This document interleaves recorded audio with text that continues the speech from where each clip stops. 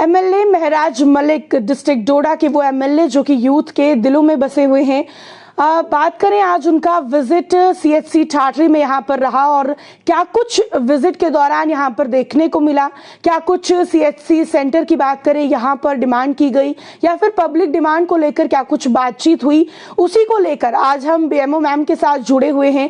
उनसे exclusive talk जो है यहाँ पर करेंगे कि आज क्या कुछ विजिट के दौरान बातचीत हुई है। सबसे पहले मैम आपका बहुत बहुत स्वागत है कि एक बार फिर से आपने हमसे बातचीत करने के लिए समय निकाला।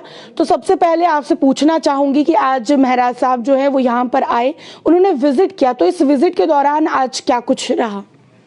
Thank you. आज की जो मीटिंग थी वो RKS इनकी रोगी कल्याण समिति मीटिंग है और इसके चेयरमैन जो होते हैं वो चेयरमैन होते हैं, ये MLA सर होते हैं, सॉरी।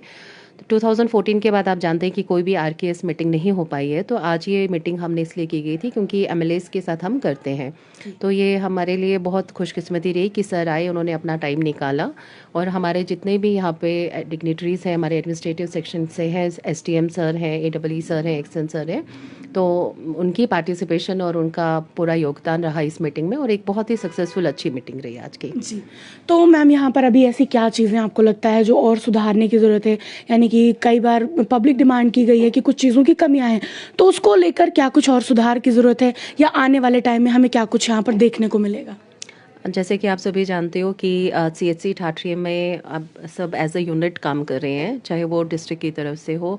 जैसे कि आप जानते हैं DC सर तो पूरा इंटरेस्ट लेते हैं इसमें और साथ साथ में अब MLA सर हैं हमारे, तो वो भी पूरी तवज्जो इस पे दे रहे हैं। तो हमें इक्विपमेंट का जो था कि हमें OT के इक्विपमेंट्स थे, इमरजेंसी के थे और जो थोड़ा इंफ्रास्ट्रक्चर को लेके था, तो वो डिस्कशंस ही मीटिंग में हुई है और उसको लेके सर ने पूरा एश्योर किया है कि आप पूरा हो जाएगा, आप जस्ट बताइए कि आपकी मांगे क्या क्या है और उसको कंप्लीट किया जाएगा। जी, तो एक और इम्पॉर्टेंट सवाल मैं आपसे पूछना चाहूँगी, जैसे कल जो है काफ़ी ज़्यादा वेदर जो है ख़राब था, डिस्ट्रिक्ट डोडा को अलर्ट पर रखा गया था, तो ऐसे में अगर वेदर जो है यानी कि क्लाइमेटिक चेंजेस दिखती हैं और इसी तरीके से ख़राब मौसम रहता है, तो डिस्ट्रिक्ट डोडा में जो है कल अलर्ट भी था, फिर देखा जाता है रोड्स की वजह से भी कई चीज़ें प्रॉब्लम आती हैं, तो ऐसे में हमारा यहाँ का हेल्थ डिपार्टमेंट जो है क्या कुछ प्लान्स बनाकर है या क्या कुछ तैयारी है आपको इस मौसम के चलते? क्योंकि कई सारी इमरजेंसीज जो हैं वो आती हैं और बेहतर तरीके से आप काम कर रहे हैं, लेकिन फिर भी क्या कुछ फ्यूचर को लेकर आपकी स्ट्रैटेजीज हैं?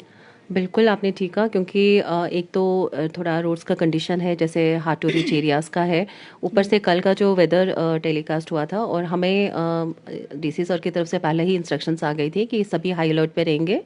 तो एक मैसेज हमने जारी किया था कंट्रोल रूम को लेके, जो कि हमने शेयर भी किया था सबसे और एम्बुलेंस के नंबर भी हमने शेयर किए थे कि इन केस कोई भी आपको इशू रहता है हेल्थ के रिलेटेड, नॉट ओनली कि delivery of the pregnant mother, कोई भी हेल्थ इशू है उसको कॉल किया जाए उस नंबर पे या कंटेक्ट किया जाए तो इमिडिएटली हम आएंगे। जैसे कल मैं आपको बताती हूँ एक केस था, एक गोयला पंचायत से हमें आया था कॉल हमारे इमरजेंसी रूम पे कि एक डिलीवरी केस है, तो रात के 10:30 बजे ही वो हमारी गाड़ी यहाँ से एम्बुलेंस गई है। तो वहाँ पे कंडीशन थी कि बर्फ़बारी हो रही है, स्लिपरी रोड है और वो गाड़ी जाके अटकी है वहीं पे स्लिप होके नाली में। तो किसी तरीके से उन्होंने अपने आप को बचा तो लिया, लेकिन विद इन सेकेंड्स उन्होंने हमें कॉल किया कि मैम ऐसे बात हुई है, दूसरी गाड़ी यहाँ से गई है। तो पूरे सेफ वे में वहाँ की जो प्रेग्नेंट लेडी थी जो डिलीवरी के लिए आई थी और उनके साथ जो लोग थे और खुद हमारे ड्राइवर, हम वापस यहाँ पे आए और अच्छी तरह से हमने उस केस को मैनेज किया। तो थैंक्स टू, हम बोलेंगे हमारी एडमिनिस्ट्रेशन, हमारे DC सर, हमारे CMO सर जो का पूरा 24/7 आवर पूरा गाइड करते हैं कि किस तरह से सिचुएशन को डील करना, जो हो रहा है प्रॉपरली। जी, तो मैम एक लास्ट में सवाल मैं पूछूंगी, जैसे कि ख़राब वेदर चल रहा है, अलर्ट पर भी रहा था, तो ऐसे मौसम में लोगों को जो है वायरल एक बार फिर से हो रहा है। जी, हालांकि उम्मीद ये लगाई जा रही थी कि सर्दियां जो है खत्म होने वाली हैं, लेकिन पहाड़ी एरिया है, एक बार फिर से बारिशें हुई, लोगों को वायरल काफ़ी हो रहा है, तो क्या कुछ आप एक एडवाइस जो है लोगों को करेंगे इसको लेकर?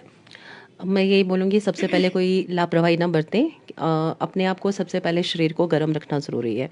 तो बाकी ये है कि किसी तरह की, जैसे हम एक्सपेरिमेंट करते हैं मेडिसिन के साथ, कुछ भी हो गया मेडिसिन खाना स्टार्ट, ऐसे नहीं, पहले अपने आप को डॉक्टर को दिखाइए, क्योंकि एलर्जिक कफ भी होता है, इन्फेक्शियस भी होता है, आपको उस हिसाब से मेडिसिन लेना है। तो मैं अपनी तरफ से यही रिक्वेस्ट करूंगी, कोई भी मेडिसिन लेनी है पहले अपने डॉक्टर को पूछिए, अपना एग्जामिनेशन करवाइए, उसके बाद ही।